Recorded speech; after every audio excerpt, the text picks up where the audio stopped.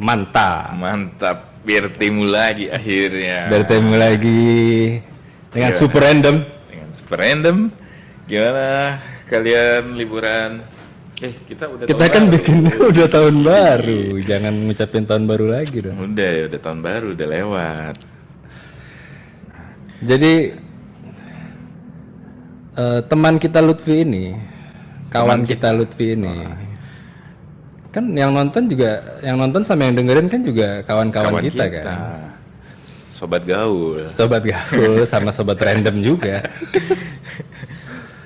Jadi kawan kita Lutfi ini baru saja melahirkan anak pertama. Istri saya. Oh, istrinya. Sorry. Kebetulan yang melahirkan Sorry. Selama ini gue pikir lu yang lahirin. Iya. Jadi salah ya. Ternyata istri. Karena ya agak mirip kurang bentuk ajar juga perutnya. loh Jonnya. Ya, jadi istri dari Pak Beliau ini, Pak Beliau. Iya, kebetulan kemarin secara tiba-tiba melahirkan. Nggak tahu dong tadinya. Nggak tahu. Tapi itu emang kejadiannya unik sih. Jadi dijadwalkan itu pas tanggal 29 atau 30-nya. Nah, ternyata setelah dari sini nih tanggal berapa itu? 21 hari Senin. Ya, Senin benar. Senin itu, nah, gua posisi itu di Bogor lagi habis ngopi-ngopi lah. Ngopi-ngopi terus Ngopi di luar artinya. ngopi ini mesin. Ya, maksudnya di Serok. rumah atau Kalau di luar serok. oh, ninggalin istri yang lagi hamil dong berarti. Berdua. Oh, berdua. Lagi ngopi-ngopi. Kira. Kok lu posesif ya? Terus tiba-tiba bini gua bilang kayak ada yang kayak pipis. Pas Mules-mules enggak? ser gitu kayak pipis gitu kan. Enggak ada mulus, enggak ada apa-apa. Oh, tiba-tiba kayak ada yang mengalir aja Iya, gitu. nah, itu udah 2 hari tuh. Udah dari kalau nggak salah Sabtunya kita kesini ya. Heeh. Nah, itu udah mulai tuh pas gue cek, kok kayaknya mencurigakan deh gitu kan. Itu udah 2 hari Udah 3 hari malah. mengalirnya itu. Ya, tapi nggak secara terus menerus ya. Ya, tapi ada Ya, keluar-keluar gitu. Kayak pipiser gitu. Oh ya udahlah, cek ke dokter, takutnya kenapa-napa. Cek ke dokter, pas diperiksa, masuklah gue ke dalam ruangan itu kan. Dalam ruangan apa? Pertama nggak boleh masuk. Ini dari rumah sakit. Rumah sakit. Oh, kapan lu bawa ke rumah sakit? Kan ser hari pertama, ser hari kedua, ser hari ketiga. Hari Senin itu. Oh, lu bawa ke rumah sakit. Gue bawa ke rumah sakit melahirkan lah, rumah sakit ibu anak di Bogor. Oh, bapak nggak boleh masuk dong berarti? Nggak boleh, makanya gue tunggu di luar. Oke. Maroko santai kan. Iya. Pas ngerokok, terus tiba-tiba di WhatsApp sama Stefani, buruan kemari itu. I got bad news. Apaan nih kan gue. Udah pikiran buruk sangka aja kan. Gue buru-buru selesaikan kopinya, bayar, langsung masuk. Untung masih ingat bayar ya. Untung. Iya. Masuk, habis itu biasanya nggak boleh masuk tuh. Suami-suami jaga di depannya itu ada kursi-kursi gitu. Ini ruangan melahirkan Enggak. atau ruangan operasi? Jadi rumah sakitnya itu 2 lantai, cuman kecil gitu John. Nah, orang-orang nggak boleh masuk di dalam rumah sakit yang laki-laki. Oh gitu. Semuanya cuman boleh istrinya doang yang masuk. Di luar dari pintu. Di luar pintu, iya. Oh, gitu. Jadi tunggunya itu di terasnya itu ada kayak bangku-bangku gitu. Oh. Jadi sebesar puskesmas lah rumah sakitnya gitu. Oke. Nah, jadi kita nunggu di depan-depan, di samping ambulans lah gitu. Nah kan nggak boleh ngerokok, akhirnya gue minggir ke warung. Gitu. Terus dipanggil, nah kok tumben boleh masuk? Gue masuk, dipanggil dokter kan. Itu artinya kalau misalnya pun kelahiran normal, suami nggak boleh masuk juga? Kalau ke dalam ruangan melahirnya kayaknya sih tergantung kebijakan dokter ya. Tapi biasanya boleh kalau melahirkan normal. Tapi untuk pemeriksaan doang, suami nggak boleh masuk Nggak gitu? boleh masuk. Oh, oke. Untuk konsultasinya sama bininya doang. Oh, jadi selama ini lu kayak gitu? Sama ini gitu. Jadi lu nunggu di luar, Nunggu di luar. istri sama anak lu doang yang masuk? Kalau di rumah sakit itu. gitu. Rumah sakit lain sih bareng gue. Ya, karena setahu gue gitu. Iya, itu aneh banget rumah sakit karena kecil kali ya, jadi orang sesek-sesekan di dalam gitu. Ya, atau mungkin karena pandemi juga kali yang ngebatasin. Pandemi, iya, pandemi dan rumah sakit kecil. Kalau rumah sakitnya gede boleh masuk biasanya. Dalam keadaan normal boleh masuk nggak semuanya? Maksudnya tanpa bukan Boleh. dalam pandemi nih? Boleh, cuman karena ruangannya sempit, jadinya banyak orang kan kalau banyak pada masuk. Oh, jadi karena pandemi dong nggak Iya. dibolehin. Oh, oke. Terus lo akhirnya masuk? Masuk ke dalam, terus dokternya itu kayak di ini tau nggak, kayak apa di film-film drama gitu. Heeh. Dokternya jenggotan gitu kan pakai masker. Terus gue masuk Sinetron atau film layar FTV. Oh, FTV ini. oke. drama gitu. Oke. Terus dokternya kayak diem, gangin jenggot. Wah, Padahal nggak ada jenggotnya. panjang jenggot aja. Makin stres lah gue kan. Anjing, kenapa lagi nih? Terus gimana Pak ya? Dok, gimana dok? Gue kan. Jadi ini air ketuban itu normalnya 10 ICA. Ini tuh darurat itu di bawah 5. Ini tuh udah 3,5 katanya. Udah sangat tipis sekali kata dokter. Oh iya dok ya. Bahaya dong. Ya. Bahaya, ini bisa kelilit usus dan infeksi kata dokter. Iya. Diem.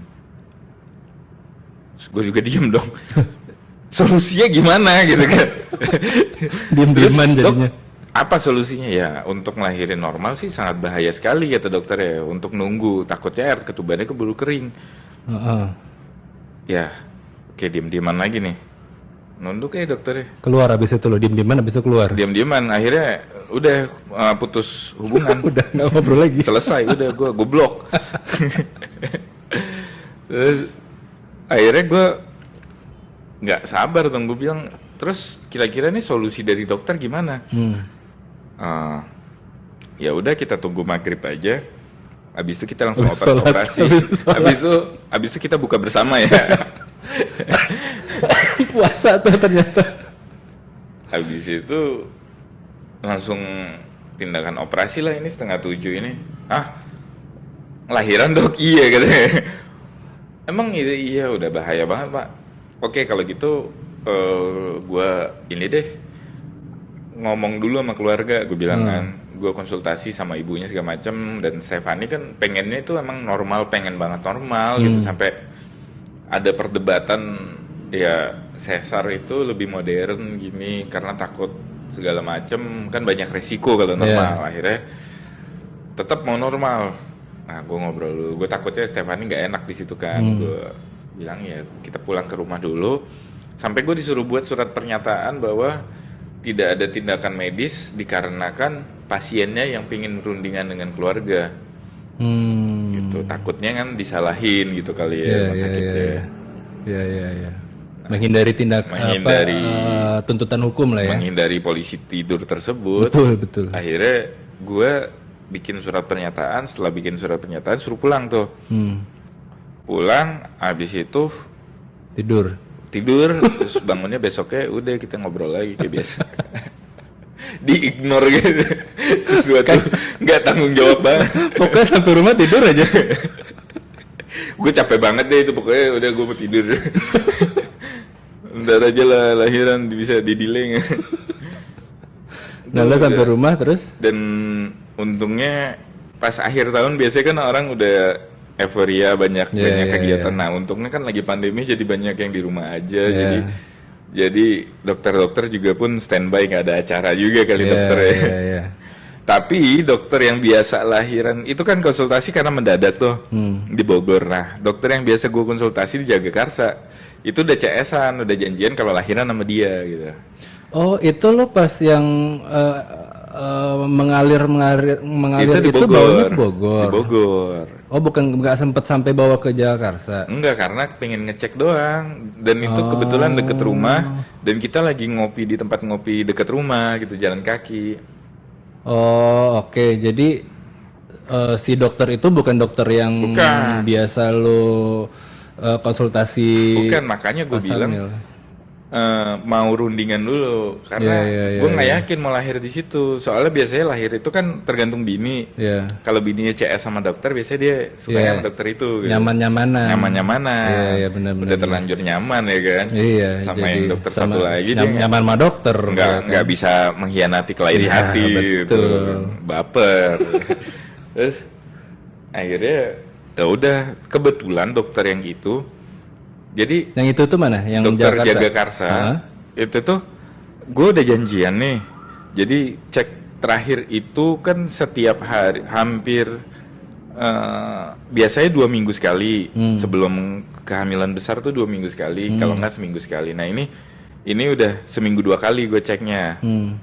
Seminggu 2 kali, seminggu sekali, seminggu 2 kali. Sampai ya udah inilah gue bawain martabak kalau datang kayak gitu kan. Udah kayak keluarga udah aja. Udah kayak roti unyil apa gitu.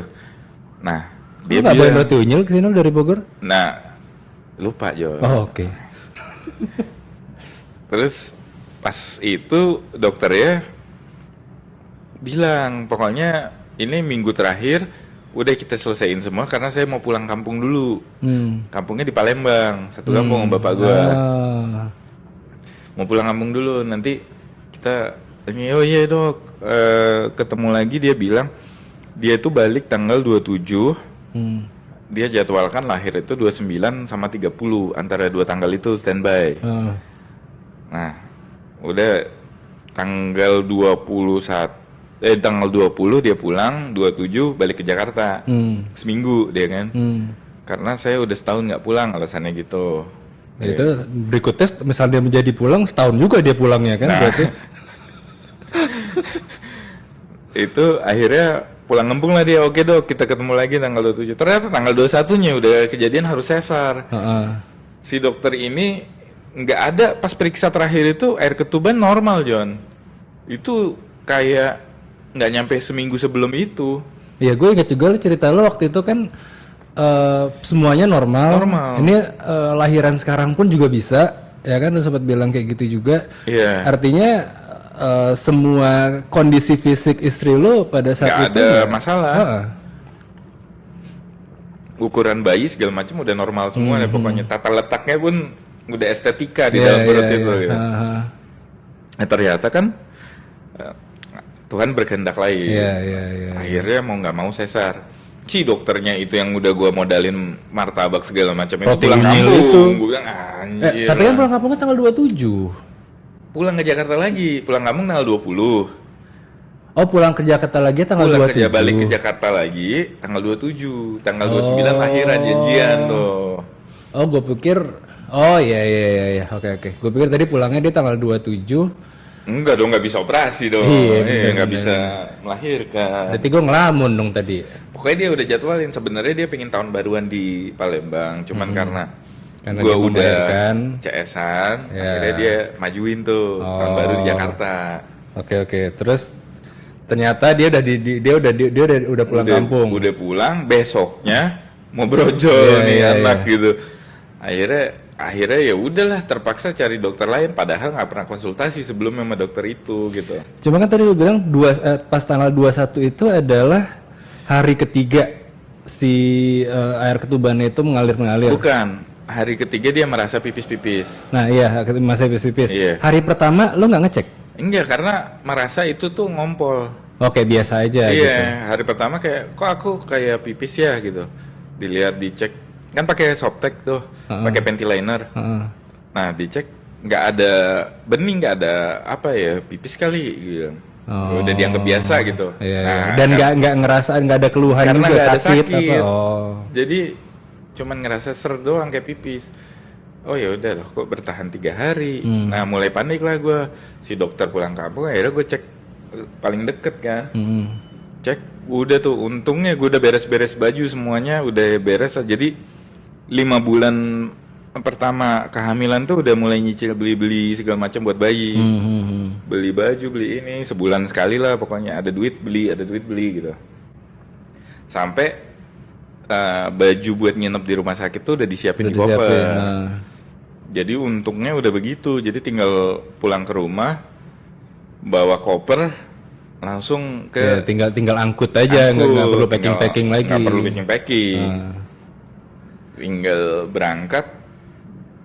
Pas sampai rumah sakit lahiran jadi kayak mimpi tuh. Siangnya baru nongkrong di kopi sebelum maghrib. Nah terus jadi yang lahirin siapa? Yang membantu proses kelahirannya siapa? Akhirnya pakai dokter yang available saat itu di rumah sakit itu. Jakarta. Dokter ini ya OB/GYN, dokter kandungan yang di Jakarta itu. Oh tetap lu bawa ke Jakarta. Karena kan udah masukin data. By the way gue pakai BPJS kan lahiran. Ya karena sesar ya. Jadi udah masukin data-data BPJS, tadinya mau sesar, akhirnya berubah normal. Oh ya udah terlanjur masuk datanya kan. Tapi normal nggak di cover di rumah sakit itu. Cuman obat-obatan doang yang di cover. Nah akhirnya pakai data yang itu tetap di rumah sakit itu. Akhirnya lahiranlah si Stefani di situ kan. Di rumah sakit itu. Nah dokternya itu belum pernah ketemu. Jadi dokternya ini dokter cewek. Kalau sebelumnya dokter laki-laki. Oh ini dokter cewek. Biasanya dokter cewek itu lebih apa ya? Orang lebih banyak yang CS sama dokter cowok biasanya si istri. Karena dokter cowok lebih pakai logika lah. Ya, gue dengernya juga gitu sih. Cuma ya bukan berarti dokter cewek nggak sebagus dokter cowok juga sih ya. Maksudnya ini rata-rata orang berpendapat aja kan kayak gitu. Jadi gue tuh konsultasi tadinya di sini di Ciputat John, sama si dokter ada rumah sakit. Oh dokter yang biasa di Jakarta itu dia ada di sini juga? Enggak, tadinya sebelum kehamilan awal itu konsultasi sama dokter Muklis ada di rumah sakit Buah Hati. Itu sebelum ke Jakarta ini? Sebelum Jakarta itu gokil dokternya. Itu dokternya nggak waras dong berarti? Wah agak enggak astagfirullahaladzim. Dokternya wah the best lah gitu. Sampai suaminya juga ditanyain, bapak keluhannya apa? Gimana ini? Nggak cuman istri doang gitu. Saya keluhannya nggak bisa tahan aja. Saya keluhannya ini kenapa ya? Kok kerjaan begini? Enggak pak, keluhan medis yang lain. Ada keuangan semakin menipis. Iya, aduh gila. Akhirnya dipindahlah kita ke rumah sakit Zahirah di Jakarta itu karena adik gue kerja di situ dan ada upgrade ruangan. Biasanya BPJS kan ruangannya jelek nih. Nah itu bisa di-upgrade ruangan. Oh ya udah kita manfaatin fasilitas ya kan. Manfaatin pindah situ ya, konsultasilah ketemu dokter Husni. Itu baik banget, dia udah CS. Cuman ya itu tadi dia ke Palembang. Nah pada saat malam itu adanya dokter, kalau nggak salah siapa ya namanya ya, dokter perempuan. Rahma. Bukan gue. Siapa ya? Kok asal nyebut aja? Lupa gue sampai. Ya kita sebut Mawar lah ya. Iya. Dokter Mawar tersebut. Akhirnya karena gue nggak pernah ketemu kan sebelumnya. Akhirnya dan pakai masker ketemunya, gue nggak tahu mukanya kan. Itu jadi kayak dokter standby-nya ya? Iya, dan itu dokter lagi pas saat kita datang ke situ tuh ditanganin sama bidan dulu kan, bidan. Jadi dicek ke ruangan melahirkan itu, dicek, di tes swab segala macam kan di situ. Si ibu ini diperiksa tensi, di tes swab, terus ada ini apa persiapan lah di situ pokoknya. Persiapan. Nah, gue udah disuruh tuh beli kain jarik lah, beli sarung, beli apa? Beli apa? Kain jarik. Kain jaring. Kain Jawa ya, kain jarik. Buat alas ngelahirin. Oh. Buat alas bayi, terus selimut lah apa gitu kan. Oh. Sebagian udah gue siapin, sarung segala macam, cuman kayak gurita, kain jarik gue kan belum punya. Akhirnya selesai proses itu ngelahirin. Jadi yang membantu proses pelahirannya itu si dokter Mawar ini? Dokter Mawar, akhirnya itu tuh kan karena sesar itu perlakuannya sama kayak operasi medis lainnya. Jadinya nunggunya itu di apa namanya kasur yang didorong itu, diantriin di ruang tunggunya itu bareng sama pasien operasi lain karena rumah sakit umum kan. Ada yang operasi ortopedi, ada yang operasi habis kecelakaan. Jadi Stefan itu udah dibius tengah gitu kan. Terus lagi nunggu, lagi di infus gitu, diajak ngobrol sama pasien sebelah. Oh iya? Mbak, kenapa? Saya mau ngelahirin. Oh iya, nggak lihat apa gitu. Saya mau ngelahirin. Oh iya, semoga lancar. Bapak kenapa? Saya lumpuh setengah badan. Oh iya Pak, astagfirullah. Terus langsung parno kan saya nih. Aduh, diajak ngobrol sama yang gini lagi kan. Lumpuh setengah badan? Iya, jadi dia kecelakaan. Dia mau dioperasi tulang belakangnya. Oh. Tuh. Terus, jadi kenapa sih bapak ini? Lumpuhnya tuh gara-gara apa? kecelakaan, cuma Stephanie nggak mau nanya lagi gitu kan, takut Malah kepikiran jadi stres. malah ngomongin bapak ini. Iya, jadi Pak, kronologisnya gimana Pak? Jadi bangun dari tidurnya. Jadi gimana Pak ceritanya? Jadi begini deh. Akhirnya bikin podcast mereka berdua. Oke, jadi kenal, jadi akrab Sus, banget. Sus, tolong mic-nya Sus.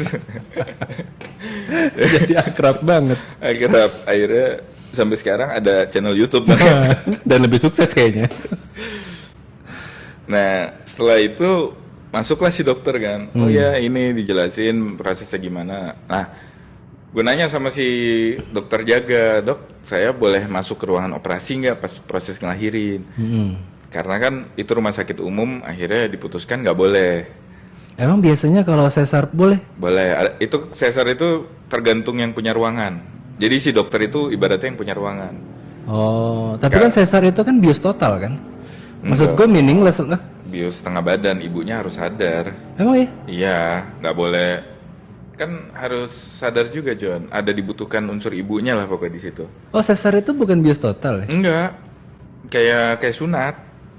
Gitu. Kayak operasi apa ya? Operasi kaki gitu kali ya. Oh, oke, ntar gue mau. Ibunya harus sadar. Ya. Secara dia masih melek lah. Masih melek gitu. Harus sadar, nggak boleh tidur. Oke. Nah itu gue nggak boleh masuk. Kasian banget itu Stephanie itu orangnya takut gitu kan. Dia pokoknya udah wanti-wanti. Pokoknya kamu harus di ruangan itu ya. Dan ini nggak boleh ada pihak keluarga yang masuk artinya. Nggak boleh. Jadi cuma si ibu aja yang ada di situ Ibu, gitu. bahkan ruangan tunggunya pun sebenarnya nggak boleh dimasukin, steril. Oh. Karena pandemi. Jadi harus nunggu di luar. Harus nunggu di koridor. Oh, ini koridor ruang operasi, ruang tunggu, ruang operasi. Ruangan tunggu, ruangan antri operasi yang dijajarin kasur-kasurnya. Nah, ada lagi ruangan operasi setelah di waktunya baru kasurnya dimasukin ke dalam ruang operasi. Itu pun gue nyelak 4 orang. Kalau enggak gue harus lahirnya subuh sebenarnya. Oh, kalau bisa nyelak? Karena kan emergency juga. Bukan karena kenal orang dalam di situ. Ada. Oh, ada. Kekuatan orang dalam, ya kan? Punya koneksi. Punya koneksi dengan kekuatan orang dalam. Akhirnya kita nyelak yang orang nggak enak hati sih sebenarnya ya. Jadi yang bapak lumpuh itu diselak. Kok jahat sih? Kan ini udah lumpuh nih Bu. Kan hitungannya operasi cepet John. Jadi kalau operasi ortopedik kan bisa berjam-jam, bisa 3 jam 4 jam. Sesar itu berapa lama? Sesar cuma 45 menit. Oh sebentar. Oh belek angkat gitu doang. Belek angkat jahit udah. Jahit 45 menit. Di sisi mana di beleknya? Di bawah pusar. Kan setahu gue kiri atau kanan ya? Enggak, di tengah. Tengah di bawah pusar, pas di bawah pusar segaris melintang kayak 20 cm ya. Temen gue waktu itu apa zaman dulu kali ya? Di punggung. Enggak, di kaki. Wah, ini susah. Bisul kali kayaknya itu.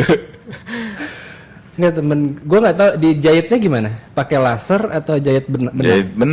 Jahit benang. Setelah 5 hari diambil benangnya supaya nggak jadi keloid. Nah terus nanti masih bisa hamil lagi?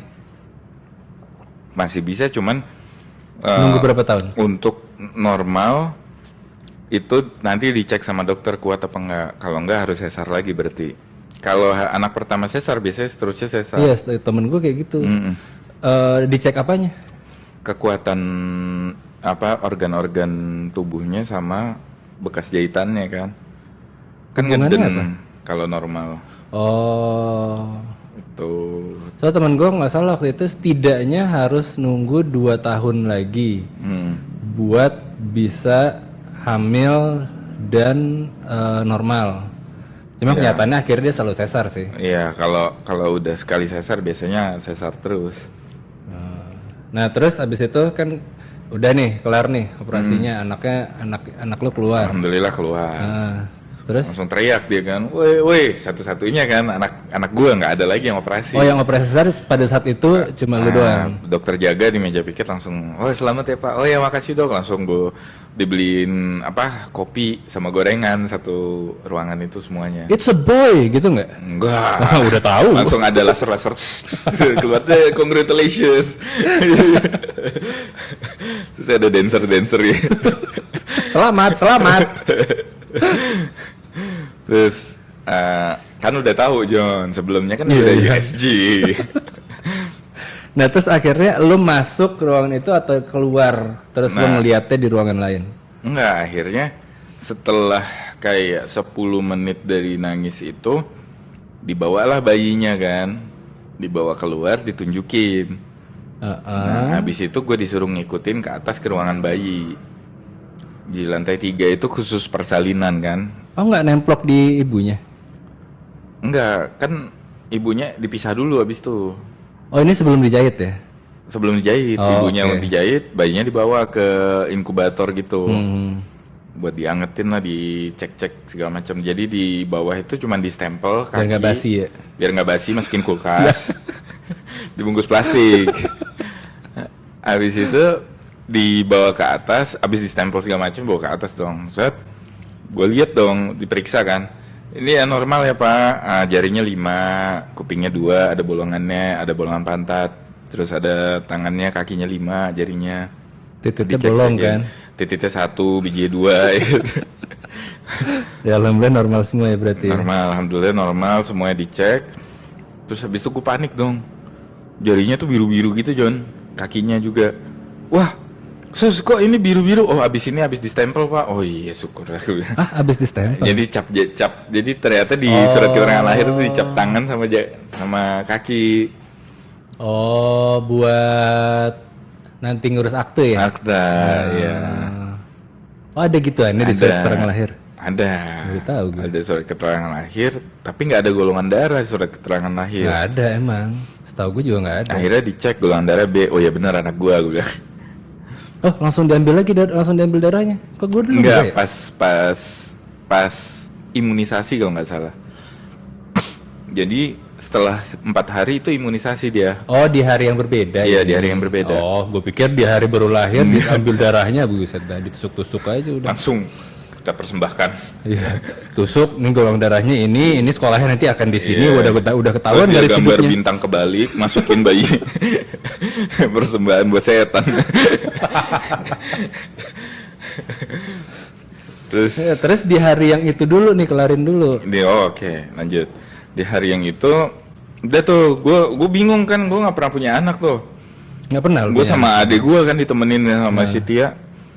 Ini kayaknya gue diwanti-wanti suruh azanin gitu kan.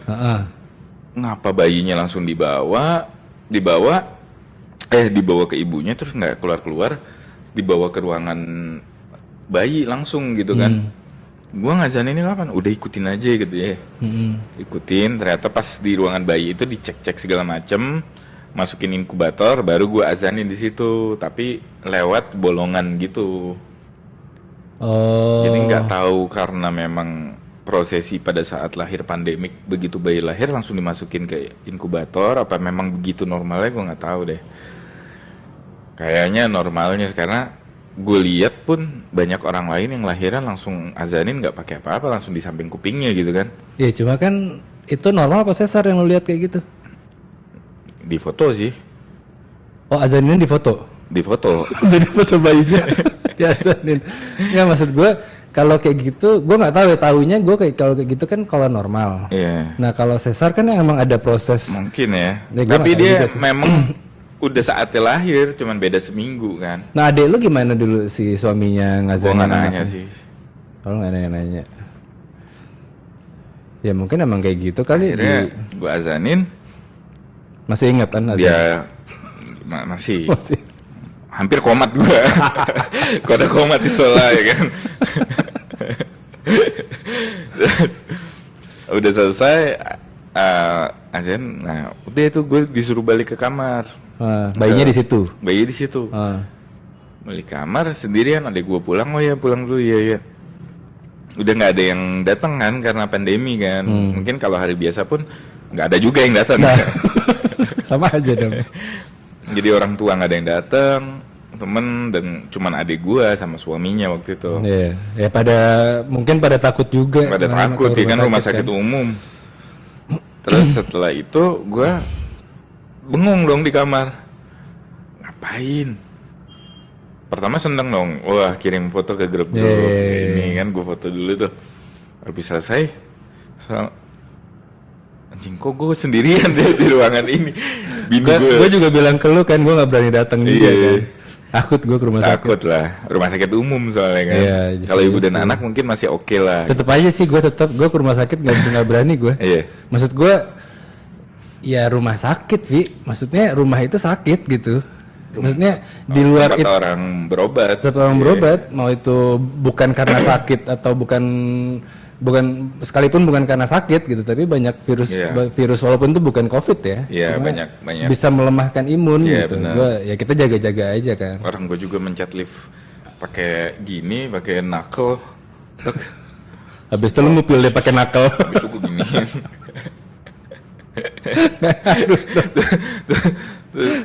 Gosok mata. dari ngupil langsung mata. Nggak harus dong. Bener-bener ini deh, untungnya kan lantai 3 itu khusus yang habis melahirkan. Jadi, tapi rumah sakit umum, tapi ada ruangan ada lantai khusus dedikasi untuk yang setelah melahirkan gitu, perawatan melahirkan. Di situ kalau nggak salah ada 3 bayi deh. 3 bayi. Gue kan belum kenal banget ya, gue parno banget, gue rekam aja mukanya, takut ketuker Emang gak ada namanya di situ? Ada, cuman kalau ketuker gelangnya gimana tuh? Nama di tempat ininya, di tempat tidur bayinya ada kan? Ada, cuman kan siapa tahu salah pindah apa gimana. Emang dengan lo ngerekam, lo foto itu jadi kelihatan beda bayi yang lain? Kan disamain pas diantar ke ruangan. Oh iya sama. Gue belum berani nyari tanda lahir kan waktu itu, belum berani gue pegang. Oh, karena prefer ibunya dulu yang megang. Iya, dan gue waktu itu nggak ngerti lah boleh apa enggak, kan kuman apa segala macem gitu kan. Takutnya bener-bener baru lahir butuh waktu penyesuaian gitu sama dunia kan. Sama dunia luar. Dunia yang udah ngaco ini kan. Dunia fana ini. Dia yang fana ini. Akhirnya udah bingung tuh, gue sendirian aja. Sampai 3 kali bolak-balik gue ke ruangan operasi, ke ruangan bayi. Gue tanya. Ini Stefani masih sadar? Udah masih kan udah sadar. Kan gak ada sadar? Kabarnya tuh. Gue tanya. Oh, lo belum ketemu lagi? Belum ketemu lagi, belum keluar dari ruangan operasi kan dia. Bayinya doang. Terus ini ibu Stefani kemana ya? Oh, udah pulang Pak gitu. Wah iya Pak, sedang keluar Pak. Cepet. Ada pesannya. Ini suster apa penjaga rumahnya ya? Akhirnya dibilangin, mungkin kesel ya, nanti Pak dikabarin kalau ini pasti diantar ke ruangan, tunggu aja di ruangan gitu. Oh, belum sadar kali ya? Ya mungkin sebel juga kali orang bolak-balik lagi COVID ya kan? Iya.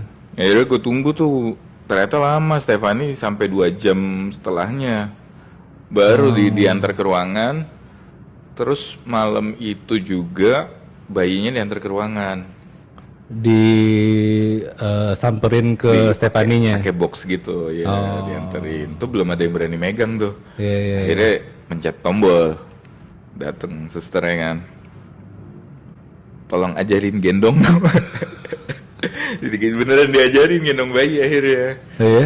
Karena gak ada yang ada lo gak ada itu? Gak ada. Kan? Terus Stefani masih lemes kan. Aduh gue gimana lagi nih ngangkat bayi gimana. Gue browsing YouTube. Gak berani juga ya kan. Caranya tuh akhirnya gini Pak, pegang lehernya, pegang pantatnya, habis itu taruh di siku. Oh iya, oh gitu ya. Tapi gak lo deketin ke Stefani dulu? Dideketin. pas dibawa ke ruangan itu dideketin ke Stefani, habis itu nggak berapa lama ditaruh ke box lagi karena Stefani butuh istirahat kan. Oh, jadi nggak langsung nete? Nggak langsung nete. Itu harusnya dilakukan di ruangan operasi. Langsung? IMD namanya, inisiasi menyusui dini. Langsung? Jadi harusnya bayinya itu langsung ditempelkan ke ibunya supaya mencari-cari ASI dan dia makanin bakteri di ibunya. Sekalipun belum dijahit? Iya. Oh gitu? Jadi pas dijahit bayinya tuh ada di sini gitu? Ada di dada ibunya? Pokoknya selesai operasi itu harus langsung ditempelin harusnya. Selesai operasi ini artinya selesai bayinya keluar dari perut? Dari perut. Atau setelah selesai dijahit? Immediately bayinya dibersihkan langsung ditempelin ke ibunya. Oh jadi sebelum dijahit dong? Jadi pada saat dijahit bayinya nempel di sini dong? Enggak, dijahitnya itu nanti setelah prosedur apa dibersihin dulu lah apa segala macam baru dijahit. Oh jadi artinya sebelum dijahit bayinya udah nempel di dada ibunya. Dada ibunya. Mau dijahit bayinya dibawa dulu. Bawa gitu. dulu ke ruangan. Oh. Nah dokternya karena lupa atau karena COVID nggak ditempelin ke ibunya. Langsung dibawa. Itu tuh juga bisa merangsang hormon ASI-nya tuh biar cepat keluar. Iya. Akhirnya karena nggak ditempelin begitu, dia ASI-nya nggak keluar 2 hari, John. Itu stresnya minta ampun. Bayi nangis-nangis mulu ya kan? Iya, kelaparan. Akhirnya sampai saking stresnya tuh kita kasih air putih di 1 sendok. Padahal nggak boleh. Iya, nggak boleh. Itu kan melakukan itu. Ya, percobaan anak pertama. Anak kok coba-coba. Iya. Karena kasihan nangis mulu takut seret gue kan. Lo nggak nanya ke emak lo? Gue nanya ke susternya bilang boleh asal 1 sendok aja. Oh gitu katanya. Terus sempet tuh mau give up, mau ngasih susu formula karena nggak keluar juga kan. Itu akhirnya pas keluar itu kayak beranak lagi. Wah seneng banget keluar gitu. Yang bikin keluar apa? Lo yang ngeluarin? Gue yang keluarin akhirnya. Itu segala macam udah coba itu, udah dipijit-pijit suster, terus disedot pakai vakum, terus pakai obat, semua obat-obatan sampai disuntik injek ke pantat obat itu buat merangsang asinya keluar. ASI itu sampai semuanya suplemen dibeliin susu namanya Mamadui itu buat melancarkan ASI juga. Semuanya deh udah coba, daun katuk. Akhirnya di hari kedua keluar ASInya itu, gua seneng banget. Langsung diem bayinya. Itu nangis-nangis mulu kan. Iya. Udah digendong, diapain, nangis. Lempar-lempar. Lempar-lempar. Udah. Masih nangis juga. bonek motor. Nah itu akhirnya selesai, udah kita belajar ngebedong lah, belajar ganti popok, itu semua diajarin suster. Gue tuh ngelihat susternya enak banget ngangkat bayi tuh kayak mainan. Udah biasa ya. Udah fasih banget satu tangan lah, ini gue ngeri palanya kebentur-bentur kan gitu, dia jalannya ngasal banget lagi. Pakai satu tangan. Pakai satu tangan. Kayak pelayan di restoran Padang dong berarti. Satu bayi, dua bayi. Gitu. Iya. Terus jadi gimana perasaan lo sekarang setelah menjadi bapak untuk pertama kalinya? Nah, beda lagi kan, setelah itu ya seneng loh. Setelah itu ya sedih lagi karena kan nangis mulu, begadang mulu. Terus, aduh, ini bayi gue rusak apa gimana Kak? Nyalanya malam-malam gitu kan. Nangis terus, nah memang ASI-nya kurang lancar juga kan. Dia tapi malam dia bangun nih? Bangun. Siangnya tidur nggak? Siangnya bangun. Oh, melek terus?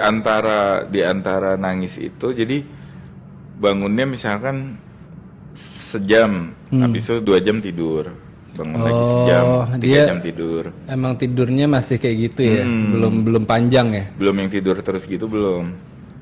Jadi memang netein itu sekarang posisi ini itu lebih parah lagi, hampir sejam sekali minta netein. Sejam sekali artinya? Jadi dia tidurnya kapan? Tidur yang panjang itu malam. Tidur panjang itu nih jam 9 netein. Nanti jam 11 minta lagi. Nah habis itu panjang tuh.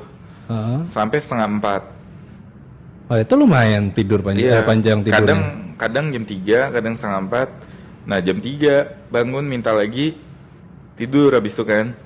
Tidur, nanti setengah 7 minta lagi. Ketika bayi lu tidur, anak lu tidur, istri lu tidur nggak? Tidur. Kadang lagi netein aja tidur. Oh ya? Iya. Emang nggak ngaruh ya sama keluarnya? Enggak, cuman kan yang bahaya itu hidungnya kegencet sama teteh. Oh. Jadi bayinya tuh miring, ibunya miring karena belum bisa duduk kan, masih sakit jahitannya. Jadi posisi miring hadap-hadapan, netein. Nah sekarang Stephanie udah bisa jalan? Udah jalan mah, begitu keluar rumah sakit udah jalan. Masa? Jalan bawa bayi. Jalan? Iya. Dulu emak gue operasi mium. Banyak yang bilang dia kuat banget. Gitu. Nah kan lo tidurnya di atas kan lo bilang. Naik tangga bisa? Bisa langsung naik tangga. Oh ya?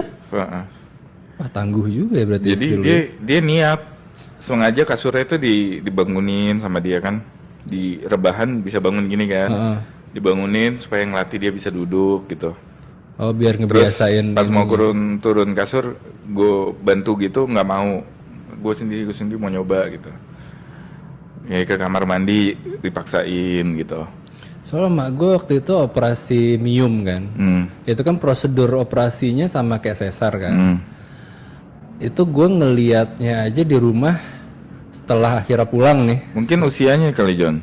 Mungkin sih ya. Iya. Itu jalan susah banget, aduh gue sedih banget gue ngeliatnya. Iya.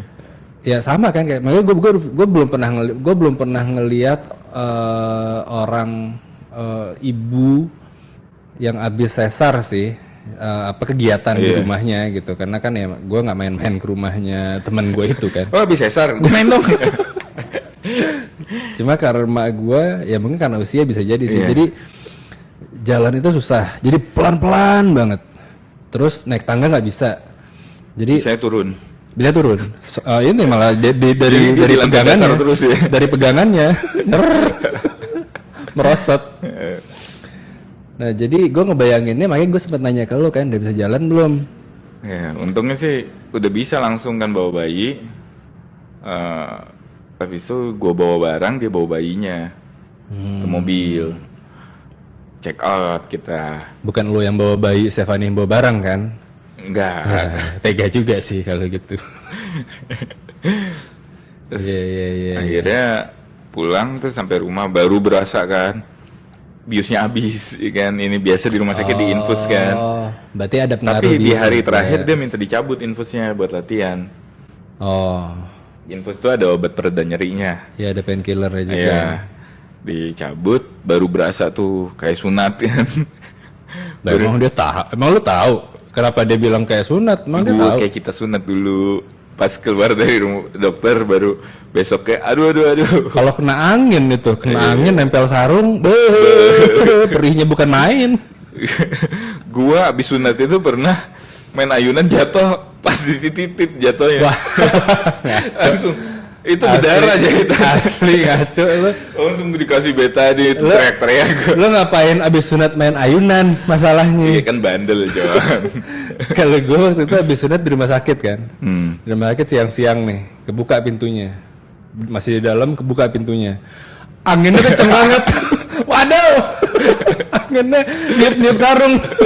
Digini-giniin dong. Segini-giniin. Cuma kan yang bawahnya kan tetap kena angin. Lu kelas berapa sunat? Kelas 4 apa nggak salah? Oh iya bareng berarti. Lu kelas 4 juga? Kelas 3 gue. Oh duluan lu dong berarti. Kalau kelas 4 juga kita nggak ketemu berarti soalnya kan? Nggak ketemu. Itu Toto pas buka pintunya otomatis kan pintunya kan. Set. Mos semua. Semilir. Anginnya kenceng banget sih. Geli ya. Sakit.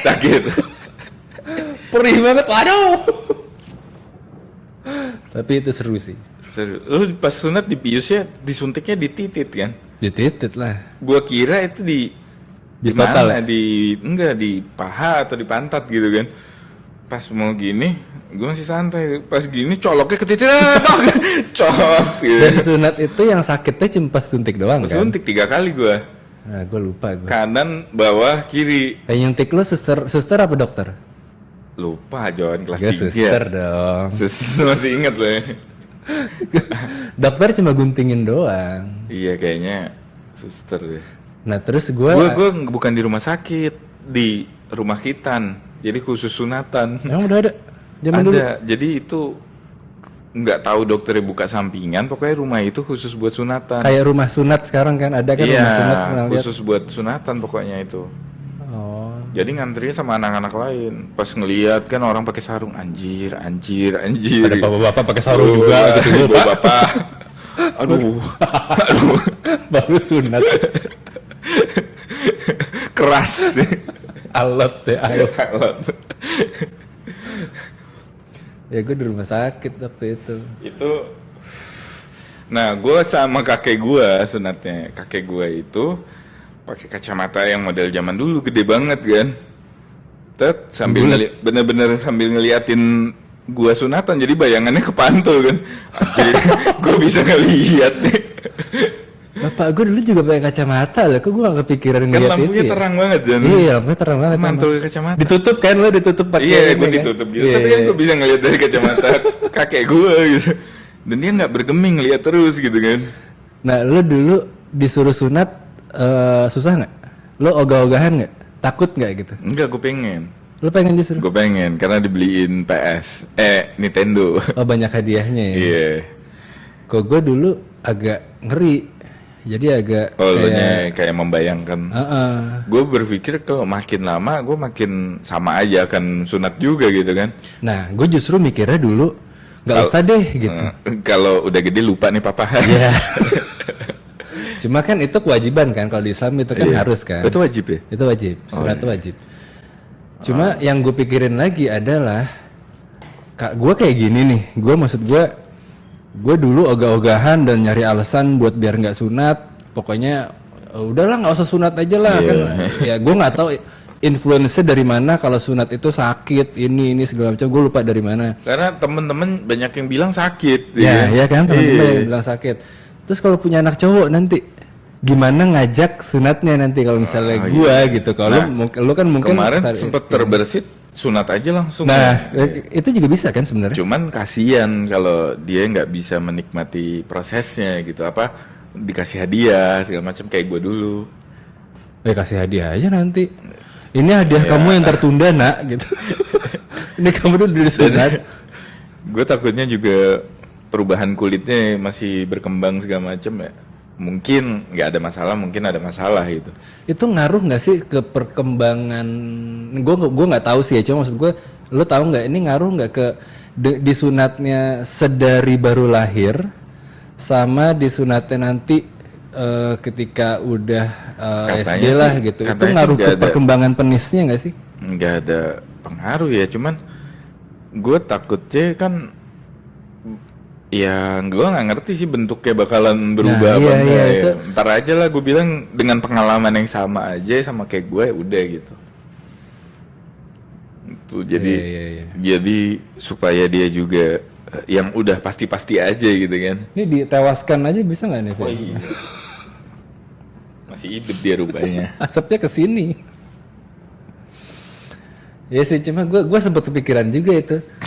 Daripada gue repot ya nanti ya. Dari lahir aja disunat gitu. Bisa. Itu sebenarnya bisa banget, cuman kasihan juga sih. Nggak ada larangan juga kan dari dokter untuk oh jangan pak nanti aja nih nanti mempengaruhi ini gitu, enggak kan ya? Nggak ada sih. Ya kalau ada dokter yang tahu mungkin bisa kasih tahu lah. Cuman nggak tahu sunat laser tuh pakai benang juga nggak sih, jahit juga nggak sih? Setahu gue enggak deh. Cerita doang sih ya. Dan dia ngelem gitu ya, pakai ibon. Dokternya ngelem. Ayo lanjut. Setahu gue enggak, gue pernah dengar cerita juga. Ada yang abis disunat, langsung pakai celana, lari-lari. Oh ya? Gue nggak tahu apa. Kayaknya sekarang emang begitu deh, sunat udah kayak. Nggak perlu diperban lagi, pakai sarung berapa lama, nggak masuk sekolah seminggu ya kan dulu kan. Pakai gelas kalau mandi. Kagak gue. Lu nggak? Kagak. Gue pakai gelas. Gue mandi gimana dulu ya? Pakai gelas Jon, tok tutup. Ditempel gitu. Iya, Andi.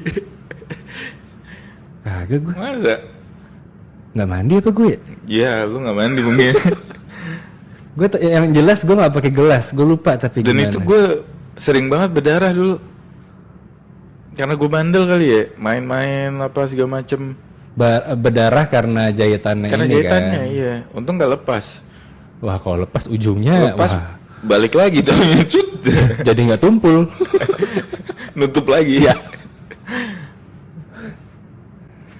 Iya dulu gue nggak pakai, enggak gue nutupnya gimana ya? Bener juga sih nggak boleh kena air kan? Nggak boleh kena air karena diperban juga kan. Diperban juga. Kalau nggak salah dipakein kayak betadine gitu-gitu loh. Oh pas cabut perban pertama kali itu gue, Sakit. wah, bukan main rasanya. Tapi yang nyabutin kan suster ya. Iya. Jadi ya nggak apa-apa lah. Emang balik lagi dicabut ya? Balik lagi gue. Jadi kan abis sunat dikasih perban nih, saat dibalut. Abis itu Oh keringnya. kering. Gue kalau nggak salah 2 kali deh di perbannya. Oh, Jadi pas sekali dicabut, balik, nggak salah. dicabut dipasang perban lagi. Nah abis itu udah nyabut sendiri. Yang keduanya itu pasang perban yang kedua itu, yang terakhirnya itu nyabut sendiri. Sempet ganti sendiri deh di rumah. Gue agak lama sih prosesnya. Udah 10 tahunan. Nah sekarang juga masih masih diperban. Ya, jadi kapan punya anak Jon? Ya kalau udah ada istrinya. Oh oke. Siapa tahu mau nabung dulu. Nabung buat benihnya dulu. Iya. Dibenihkan. Iya, dibenihkan. Emang lobster. Ya nantilah Vi kalau misalnya udah ada yang Itu mau dititipin lah ya. Iya. Itu suatu pengalaman apa ya? Goib yang bukan goib sih, pengalaman inilah mental yang nggak terlupakan. Tapi lu bahagia ya? Oh bahagia banget. Bahagia banget ya? Gue tuh mikirnya pas lihat anak orang itu Biasa kayak aja. anjing bakal berisik terus kayak annoying gitu. Repot banget nih bakalan Repot nih banget. gitu. Terus yang lihat anak sendiri kok nggak nangis gitu, kayak ayo dong nangis dong, yang kayak justru pengen nangis. Justru lu kayak pengen ada repotnya. Iya. Ada walaupun ternyata pas sudah repot aduh repot juga. Coba pas ketika tidak repot lu pengen ada repotnya. Dulu tuh lo sering nggak kalau ada teman-teman lo yang misalkan di sosial media tuh ngepost foto anaknya terus kayak apaan sih gue disuruh lihat anak lo mulu. Iya. Masih sih sekarang gitu. Kayak yang ya udah bentuknya gitu-gitu aja kan. Iya. Nah ternyata sebagai orang tua tuh ternyata ada dorongan kayak pingin kebanggaan dia untuk ditunjukin, kayak lo misalkan bodybuilding, lo foto selfie terus gitu, kayak gitu rasanya, kayak yang ada kebanggaan yang ini lo anak gua gitu. Nah Iya, pengen diliatin ke orang. nah tapi kalau karena gua menyadari bahwa itu sebenarnya apa ya udah bentuknya gitu-gitu aja, yang seneng lo doang sebenarnya gitu. Iya. Tapi gue nggak pengen sebenarnya kayak gitu. Ya akhirnya nggak gue lakukan. Paling gue posting pas lahiran sama pas bobo pertama udah. Gue lebih ke bukan karena ya gitu-gitu aja gitu, bukan karena anak ya bayi ya gitu-gitu aja, bukan karena itu, cuma lebih ke ya itu anak-anak gitu. Nggak gue nggak perlu dieksploitasi. Ya kalau dieksploitasi sih enggak, cuman kalau kayak misalnya apa ya, ibu kita lo dulu kayak apa ya, ini lo nunjukin foto album, ini lo anakku ini udah. Iya, cuma lebih ke bukan ke khalayak ramai kan, ke sosial media kan khalayak ramai. Tapi yang sosial kan media jadinya. teman-teman lo doang emang. Iya kan, Instagram tuh terbatas teman lo doang, kecuali lo open ya.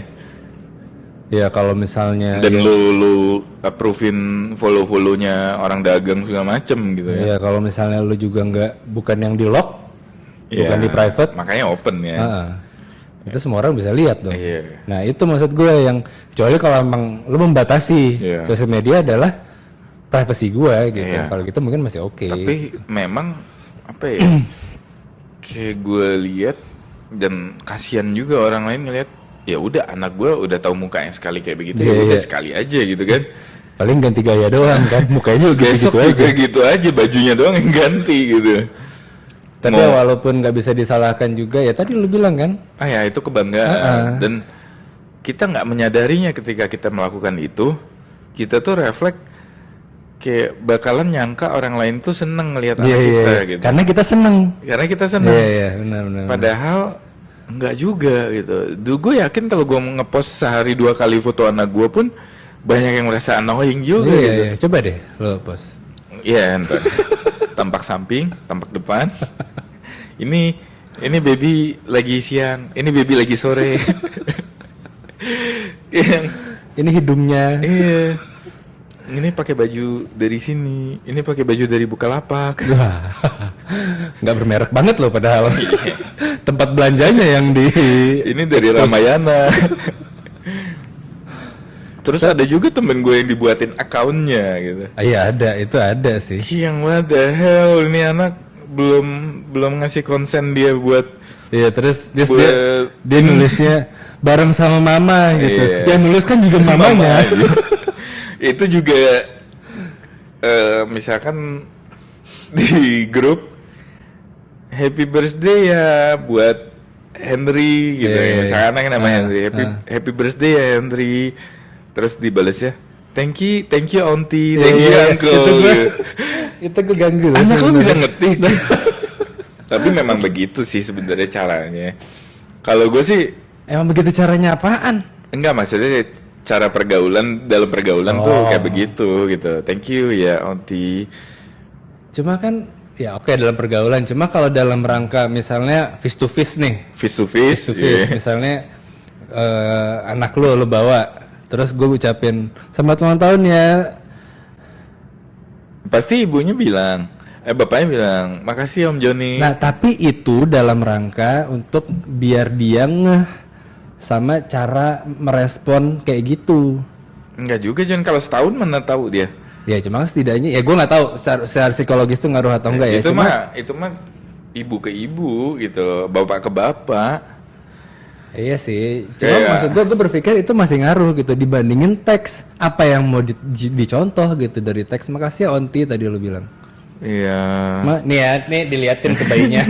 Kan kagak. Boy. Om Joni boy. Baca ini. Si Ardi tuh manggil anaknya boy. Masa? Boy jangan boy. Anaknya berapa? Anaknya 2. Dua-duanya dipanggil boy? Enggak, yang cowok lah. Oh dia cowok cewek? Cewek cowok. Oh, yang cewek dipanggil gal. Sis. Ready sis. Jadi lo rencananya mau kuliah di mana anak lo? Nanti dia ngambil spesialis. Cuman lo kepikiran nggak buat nyekolahin anak lo ke luar negeri? Gua kepikirannya masukin anak gua itu ke akademi. Jadi bukan universitas? Enggak. Jadi kalau bisa sampai SMA aja selesai itu masuk akademi, entah itu ABRI atau polisi atau lapas. Pokoknya sampai SMA aja kalau bisa. Setelah itu akademi biar disekolahin lagi sama negara gitu. Kalau dia nggak tertarik di situ nantinya? Jadi gini, kalau biasanya kalau bapaknya dokter, anaknya dokter. Bapaknya lawyer, anaknya lawyer. Bapaknya polisi, anaknya polisi. Biasanya gitu kan. Nah, bapaknya pengangguran, anaknya pengangguran, anaknya pengangguran. Nggak memperbaiki keturunan dong. Nggak selesai urusan. Nggak ada usaha. Kalau bisa kamu lebih nganggur dari bapaknya. Nah. Jadi itu adalah pencapaian yang harus biarin dia fokus nganggurnya. Jadi itu karena apa ya, ditunjukkan dari kecil tuh kayak begini. Iya memang maksudnya. Kayak Cristiano Ronaldo anaknya main bola gitu. Iya cuma maksud gue, jadi lo kan bisa mengarahkan ya. Kita hanya bisa mengarahkan. Nah ketika SMA dia punya minat. Dan tugas kita John, sebelum dia akil balik itu kita harus arahkan, itu tugas kita. Iya memang. Cuma maksud bukannya kita maksa loh. Iya, mengarahkan bukan berarti kamu harus jadi ini ya, bukan gitu kan. Dilihat bakatnya, misalkan gini, pemain bola di luar negeri itu bagus. Itu kita arahkan dia pemain bola. Kita berharap dia jadi pemain bola handal. Masukin lah akademi, kursus-kursus bola lah, apa. Kita arahkan dia untuk jadi profesi yang bagus gitu. Ya kan? Karena gini, kalau kita terlalu ngebebasin juga. Oh, jangan juga. Jangan. Karena tugas kita juga ngarahin gitu. Jadi kalau bisa arahin sesuai apa, tapi dilihat bakatnya dia juga gitu. Ya, makanya kalau bakatnya kiper jangan disuruh jadi wasit. Jangan, ya kan? Atau jadi penonton. Nah. Maksud gue ketika lo di bayangan lo masukin akademi nih. Akademi. Keperawatan.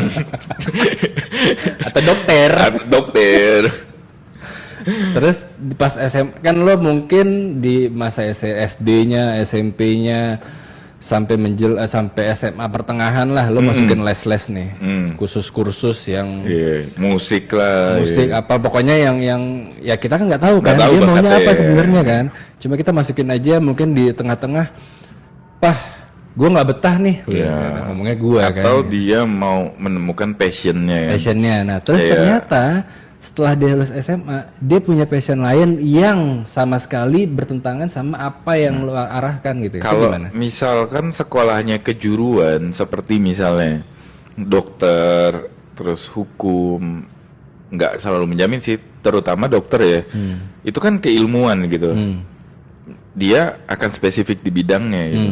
Nah, tapi kalau sekolahnya komputer, hukum segala macam kan dia bisa jadi apa aja. Tapi tinggal diarahkan lagi aja dia. Jadi anak itu butuh guidance juga kan. Dia akan mencari-cari dengan Google, dia akan cari-cari di mana universitas bagus, jurusan apa yang paling menghasilkan. Nah, dia nggak Google, sama kayak dia nanya kita. Kita juga harus mengarahkan kayak Google ngarahin dia gitu. Sebenarnya kita nggak nge-push, tapi kita harus memberikan arahan. Kenapa sih dia harus nyari di Google? Kenapa nggak nanya sama bapaknya dulu? Ya kan? Bukannya kita maksain John, tapi kalau dia nggak Google berarti dia butuh dong arahan. Gitu. Berarti ini nih kembali nih, ini yang penting lagi nih. Kita kan dulu dirawat sama orang tua kita kan. Kita dirawat sama orang tua kita seperti ini, dipelihara sama orang tua kita seperti ini. Orang tua mungkin cara mengarahkannya seperti ini ke kita gitu. Dan mungkin setiap anak ya kita juga masih jadi anak kan, karena orang tua kita alhamdulillah juga masih ada. Kita bukan cenderung ya, cuma adalah mungkin beberapa, dan gue rasa hampir semua anak ngerasa ada yang kurang nih dari orang tua kita, dari cara mengarahkan ini. Nah, lo ke anak lo nanti sama, bapak gue ngajarin gue kayak gini, gue gini aja ke anak gue. Jelas atau beda. lo meningkatkan. Jelas beda ya. Iya, karena gue yakin mungkin ya nantinya anak lo akan rasa juga lo mungkin ada kurangnya juga nih sebagai bapak, dan dia akan iniin ke anaknya dia. Pasti, gitu. Ya, maksud gue, apakah bapak gue giniin gue kok, gue giniin ke anak gue kayak ospek gitu kan? Kalau ospek kan kayak sistem dulu mas senior gue diginiin, lo akan kayak gitu. Atau justru juga bertentangan karena gue merasa bapak gue begini, gue nggak mau begini sama anak gue. Ya lo kayak gitu. Iyalah. Lo akan lebih. Ya pastilah John, dan akan ke arah yang lebih baik bukan lebih buruk ya. Iya. Dan kita kan jadi banyak orang yang merasa parenting itu sebuah jalan hidup, apa yang harus dilakukan. Sama seperti masa puber, masa parenting itu dianggap sama. Padahal parenting itu adalah sebuah keadaan yang butuh ilmu gitu. Bukan sebuah bagian dari perjalanan hidup. Bukan sesuatu yang bisa dengan sendirinya. Iya, parenting itu adalah sama seperti lo memutuskan untuk pelihara ikan lohan. Ada perawatan khusus, lo akan join sama grup-grupnya, lu akan lu akan cari di Facebook apa segala macam. Ya sama kayak parenting juga gitu. Mungkin ada orang yang berpikir akan berjalan dengan seiringnya waktu ya, yang gua tahu aja gua terapin gitu. Iya benar. Dan ternyata salah gitu kan. Ternyata nggak segampang itu parenting gitu. Ya dan perubahan zaman juga kan nantinya. Perubahan zaman juga, belum tentu anak kita akan ngedengerin kayak kita ngedengerin orang tua. Iya. Bisa aja lo wibawa itu bukan hal yang nomor satu lagi nanti gitu. Ya benar. Bisa aja. Jadi. Iya. Ya walaupun kecil kemungkinan itu ya, cuma ya siapa tahu gitu semua kalau misalnya udah. Kayak gue pernah dengar kayak gini. Jadi ada suatu kejadian, adik gue tuh bilang apa ya, marah atau apa atau kecewa atau apa, terus dia ke kamar setelah makan malam gitu kan, entah dia lagi kecewa sama hal lain atau apa, atau abis ngobrol sama bokap. Ini anaknya? Ini adik gua. Oh adik lu? Cerita adik lu ini adik ya? Gua. Pengalaman adik lu artinya? Adik gua masih belum nikah. Oh pengalaman adik lu sebagai anak? Ya, nah dia pergi ke kamarnya, nggak tahu sengaja apa enggak, nutup pintunya kenceng, gitu. Oh dibanting? Iya, tapi setengah dibanting lah, kenceng gitu. Oh oke. Bokap gue langsung bilang gini, kenapa dia ya? Papa aja tuh nggak berani dulu, nggak pernah kayak begitu sama kakek. Artinya norma yang dia pegang itu masih tinggi kan. Artinya dia harus gimana perasaannya si kakek ini harus dia jaga gimana. Nah, belum tentu anak kita tuh begitu sama kita juga gitu. Nah cuma respon dari bapak lu itu kayak gitu ke adik lu? Ke gua bilangnya. Oh nanyanya ke lu? Oh, iya. Kenapa sih si adik gitu misalnya gitu? Iya. Tapi ngomong nggak ke adik lu? Enggak. Karena gue modelnya justru kalau misalnya gue ngelakuin kayak gitu, dikejar gue. Ibaratnya kayak jongkok aja dong. Hah? Lu tinggal jongkok. Nggak, gue ngumpet. Oh ngumpet. Entah jongkok, tak ngumpet. Nggak, maksud gue jatuhnya instead of harusnya negur kan? Harusnya negur, kamu kenapa? Iya. Gue nggak kayak gitu.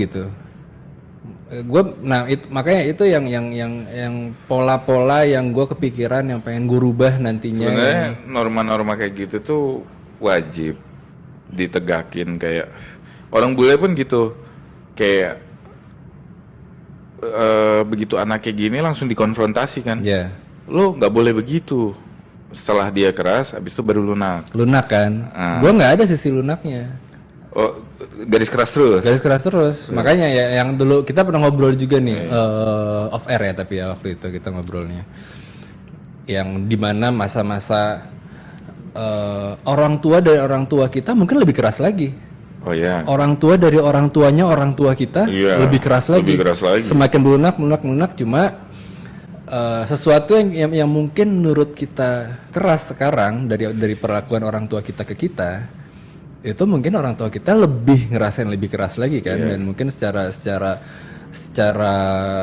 perlakuan ke anaknya udah degraded. Ya kan. Jadi sebenarnya yang dibutuhkan itu respect kan.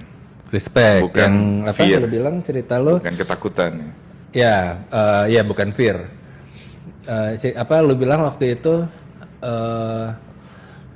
Apa yang diri terus sama tinggi? Oh, kalau ngomong sama anak kecil, kita harus jongkok, nggak boleh ngomongnya berdiri ke anak kecil seperti itu kan. Nggak boleh selalu kayak selalu gitu. Begitu, selalu kita dari atas terus gitu kan. Iya.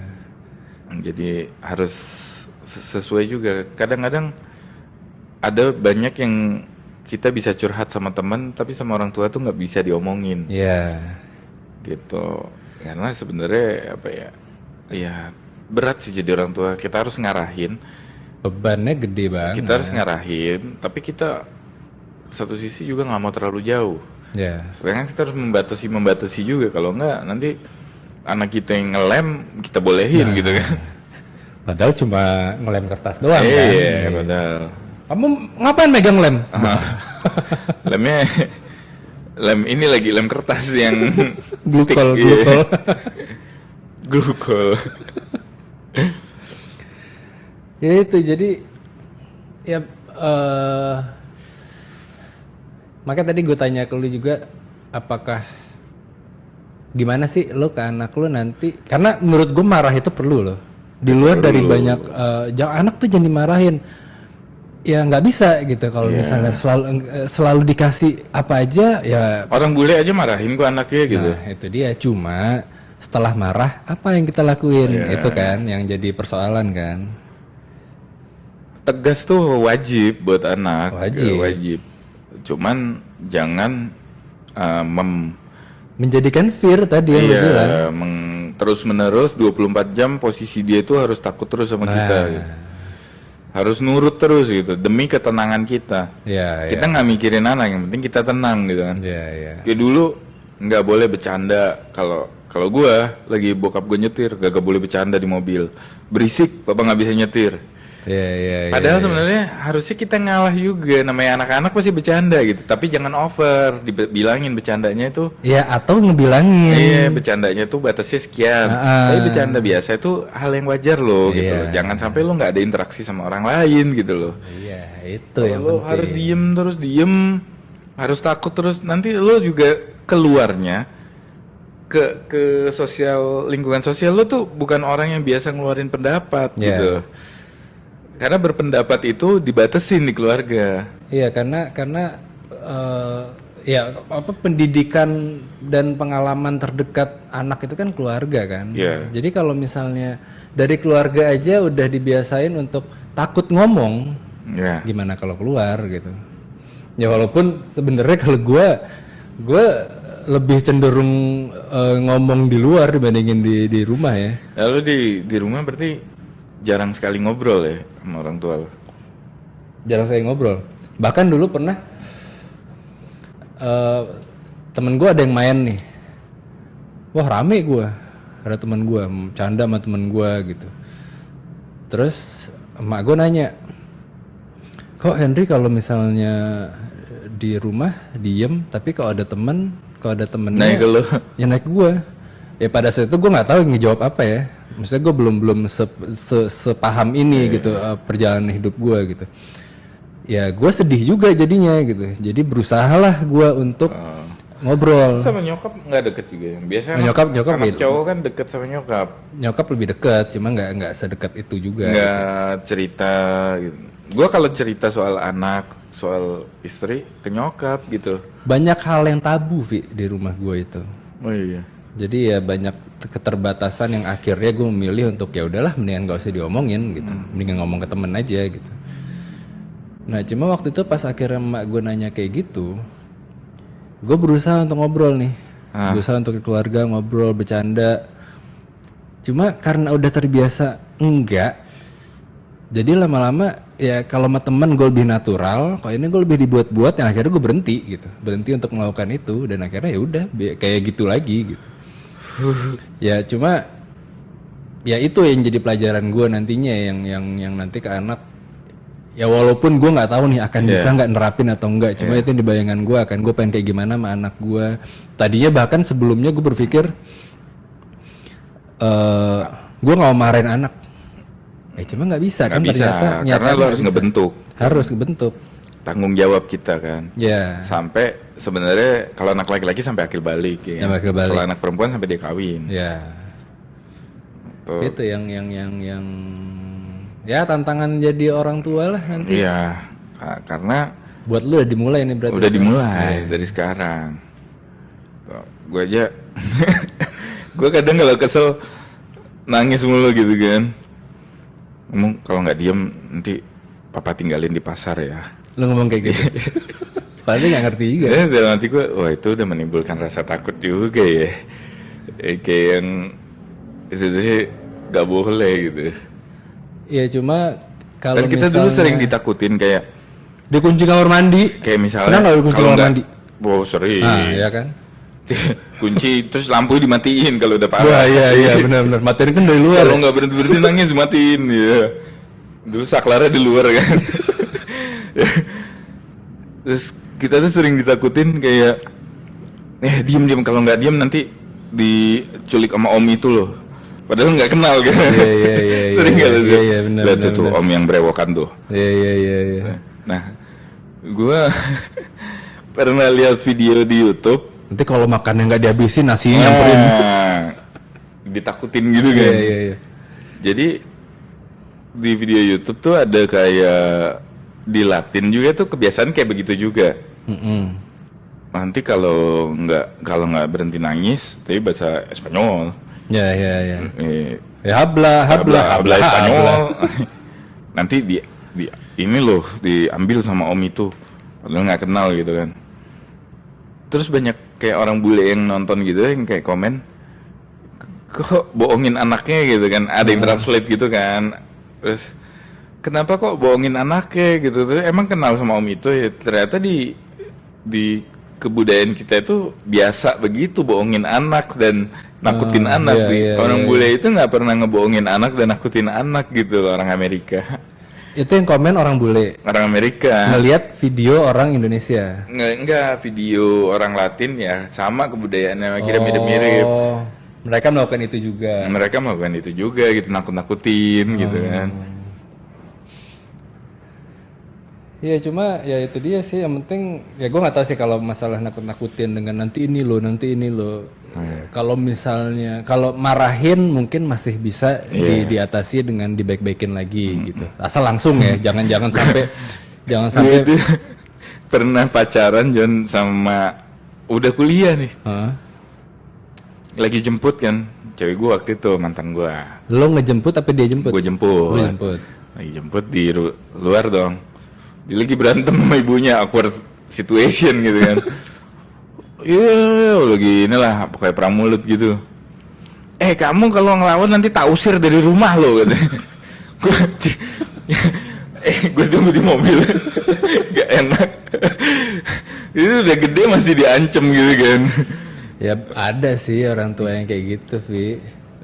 Cuma alasannya apa dia nanti ngelawan apa? Ngelawan sebenarnya nggak boleh pergi perkataan, jawab omongan gitu loh. Nah itu loh yang gue ngerti sebenarnya, masalah jawab omongan itu.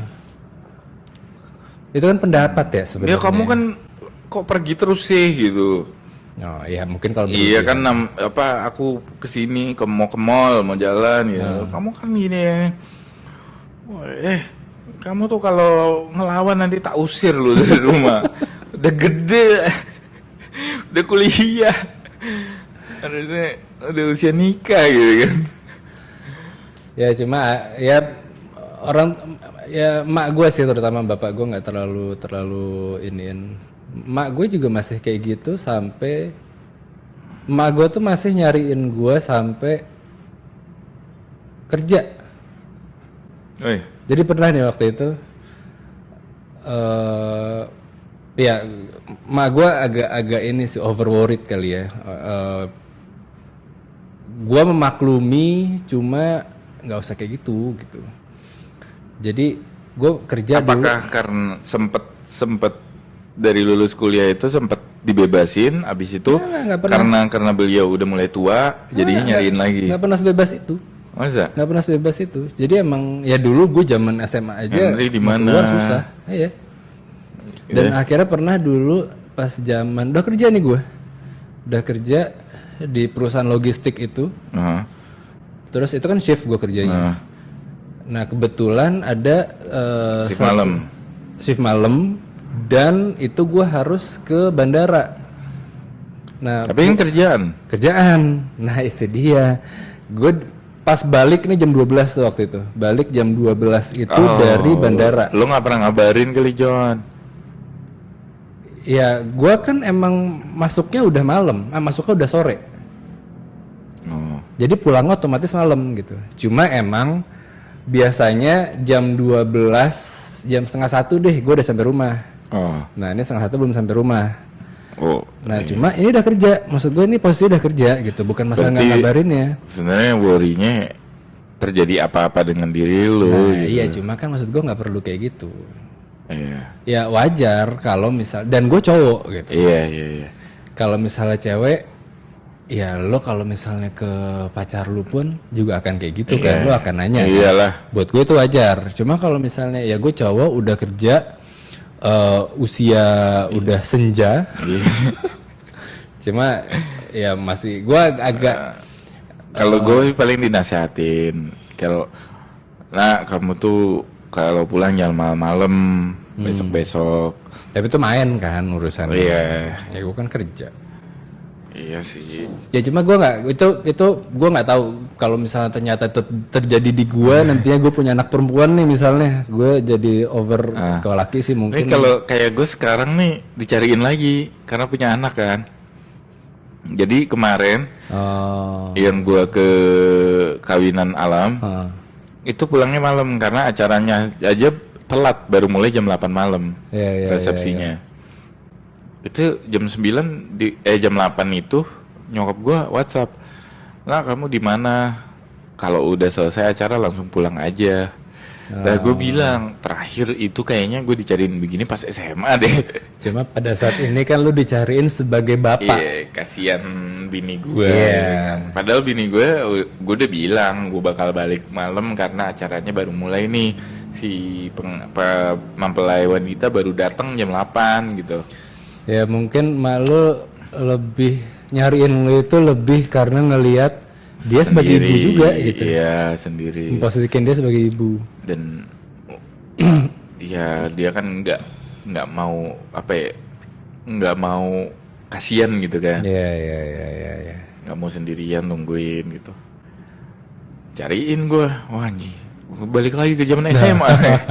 Yang gue kebetulan kan habis punya anak tinggal bareng, disuruh tinggal bareng 6 bulan. 6 bulan pertama tuh takutnya ntar anak gue kejedot-jedot apa gitu kan, nggak tahu. Dan belum berpengalaman juga belum kan. Berpengalaman. Anak pertama. Iya, masih butuh bantuan digendong-gendong kayak sekarang nih. Misalkan gue nggak ada, pasti ada kalanya anak pengen digendong biar berhenti nangis. Kalau si bini gue capek dikasih ke neneknya gitu digendong. Tapi lu nanya-nanya juga ke nyokap lu kalau misalnya ya sesuatu yang nanya semuanya kan? Gue tanyain. Cuman kan jawaban nyokap kadang-kadang over juga. Iya sih memang. Kayak kepercayaan tahayul juga dijabarkan gitu kan. Iya. Gitu, tapi ya ini nggak boleh kalau ngadep kanan. Iya.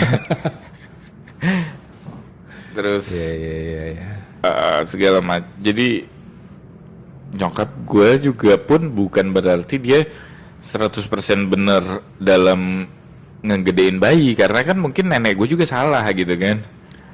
Ya, dan era juga bisa aja udah berubah kan. Kayak misalkan ari-ari itu harus dikuburnya pakai lentera gitu kan. Lo hari-hari dikubur di mana? Di rumah bokap. Rumah bokap. Tuh. Itu wajib ya emang ya? Wajib dikubur. Ada aturannya secara agama? Secara agama ya. Iya, hari-hari dikubur. Gue pernah ngikut temen gue ngubur ari-ari anaknya. Cuma gue karena gue belum punya anak juga ya. Jadi lo nyenterin. Enggak, gue nggak tahu kalau sebenarnya itu harus dilakukan gitu. Oh. Emang harus ya? Harus dikubur. Secara Islam itu harus. Iya. Sama seperti kuku, bagian dari tubuh dia bilang. Kuku? Iya. Kuku kenapa? Bagian dari tubuh kita, John. Jadi kayak tangan kita copot nih. Hah? Jari kita copot. Tangan kita copot? Misalkan hukuman kisos. Apa sih kisos ya yang motong tangan? Oh, Curi. Tangannya dikubur. Oh gitu. Bagian dari tubuh kita, rambut. Abis potong rambut tuh harusnya dikubur. Oh, jadi prinsip harus kembali ke tanah itu semua bagian adalah tubuh. semua bagian tubuh kita dari kita lahir. Iya, kecuali kotoran kayak pipis sama ya.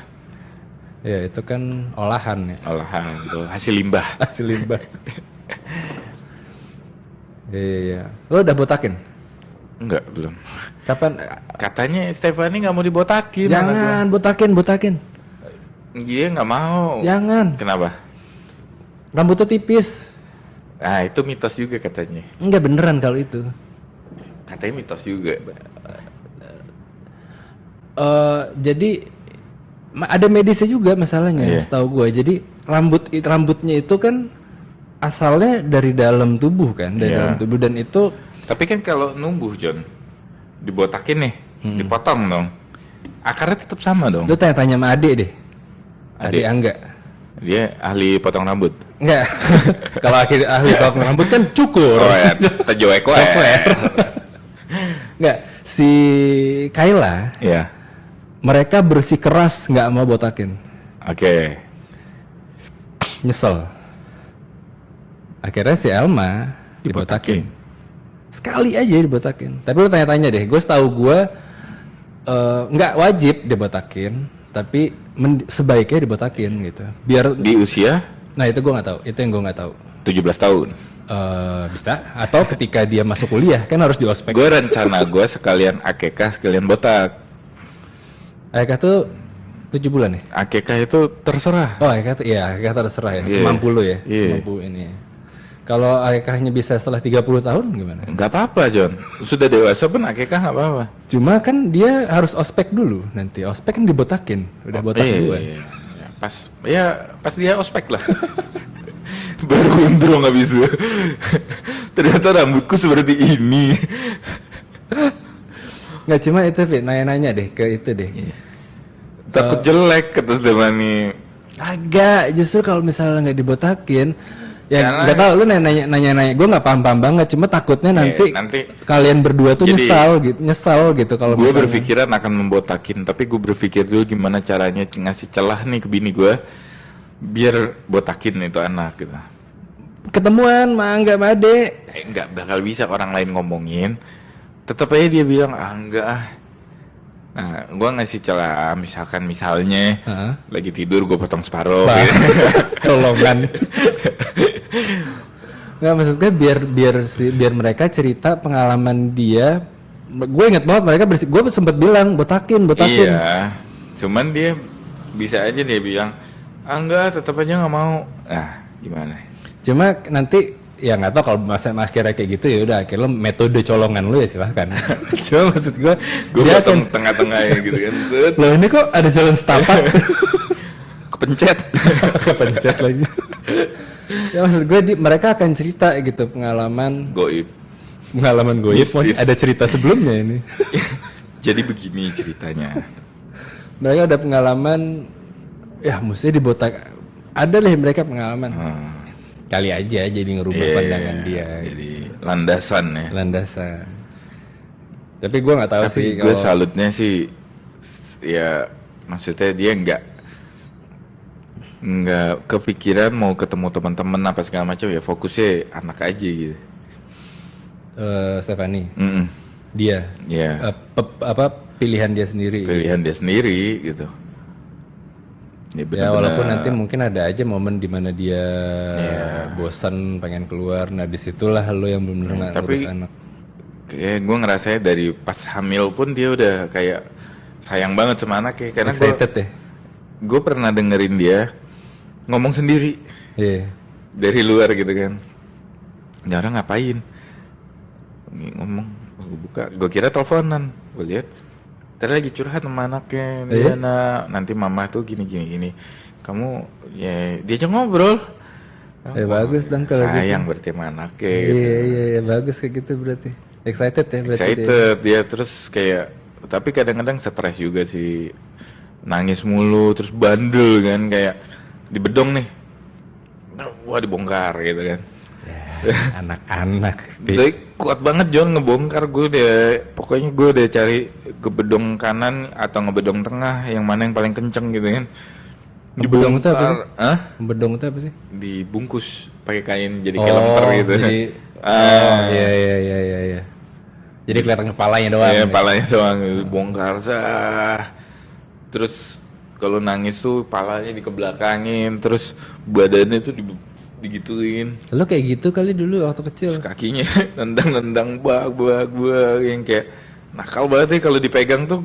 Orang kalau belum pengalaman sama dia pegang tuh pasti takut jatuh karena gerak terus kalau nangis. Ya bapaknya nakal juga kali dulu. Mungkin ya. Atau mungkin dia fitness juga di dalam. Mungkin lehernya kuat banget, gila. Wah. Gue kan suka burping gitu kan. Burping tuh habis nyusuin biasanya supaya gitu kan. Itu posisinya ditempelin ke kita, palanya, badannya nempel ke kita gitu kan. Biasanya kan kalau ngegendong tidur, berpingan gini. Itu didorong jangan pakai tangan terus kepalanya ke belakang gini. Kadang-kadang gue paksa gue tempel pakai dagu. Buandel banget gitu. Terus ini juga Vi, jangan ngeremehin penyakit. Iya sih. Itu penting tuh. Temen gue pernah kehilangan gara-gara itu. Apa panas gitu ya? Panas terus ya pilek juga. Cuma ya udah karena ini pilek biasa gitu. Iya. Bilangnya gitu doang. Ternyata meninggal habis itu. Kenapa? Nggak sempat dibawa ke dokter. Karena? Ya nggak tahu, mungkin sesek, kesumbat atau apa. Tahu udah. Pokoknya ya itulah, jangan walaupun kita nggak tahu umur ya, cuma jangan ngeremehin penyakit aja. Misalnya kayak anak lu mungkin batuk-batuk, mungkin batuknya cuma sekali-sekali gitu, cuma sering gitu batuk sekali, ini nggak apa, cuma batuk biasa gitu, jangan diremehin gitu. Tetap mungkin nggak perlu ke dokter tapi tanya. Itu umur berapa Jon anaknya? Belum 2 tahun deh setahu gue, karena dia benar-benar ASI sampai 2 tahun. Kan eksklusif kan 6 bulan ya. Iya. Tapi dianjurkan sampai 2 tahun kan. Nah 2 tahun itu belum lewat kalau nggak salah. Setahu gue masih ASI. Oke. Penting tuh. Ya ingat omongan gue ya dari pengalaman gue yang belum pernah ini. Ya. Makanya gue paling enak sih sebenarnya si dokter anak itu punya anak ya. Dia nggak perlu ke dokter lagi. Iya. Sama kayak kalau misalnya lu dokter, lu nggak perlu ke dokter lagi gitu. Iya. Lu ke lu aja. Kecuali lu sakitnya lain ya. Lu dokter mata sakitnya perut gitu. Kalau dokter bedah, lo bisa melahirkan sendiri dong berarti. Bisa membedah sendiri. Belum tentu bisa nutup juga sih. Tapi kan ada ceritanya tuh lagi di mana Rusia lagi perang apa, satu-satunya dokter dia dan usus buntu dia operasi sendiri, Jon. Masa? Iya. Gimana cara ngelihatnya? Pakai kaca kali ini. Ya nggak tahu pakai kaca, nggak tahu ini ya, pokoknya operasi sendiri. Dia satu-satunya dokter di situ. Yang lain nggak ada dokter atau nggak ada yang bisa? Nggak ada dokter. Nggak ada yang bisa dan nggak ada dokter. Mungkin dia instruksiin orang buat bantu kali. Ini hebat banget ya. Usus buntu lagi, minor tapi bahaya banget. Iya. Udah ya. Sekarang cukup sekian ya. Oke lah kalau begitu. Pengalaman melahirkan dan memulai perjalanan lo menjadi orang tua ya. Memulai perjalanan biasa menjadi ya. orang tua. Mudah-mudahan lancar ya kalau gitu ya. Oke. Oke, thank you. Thank you.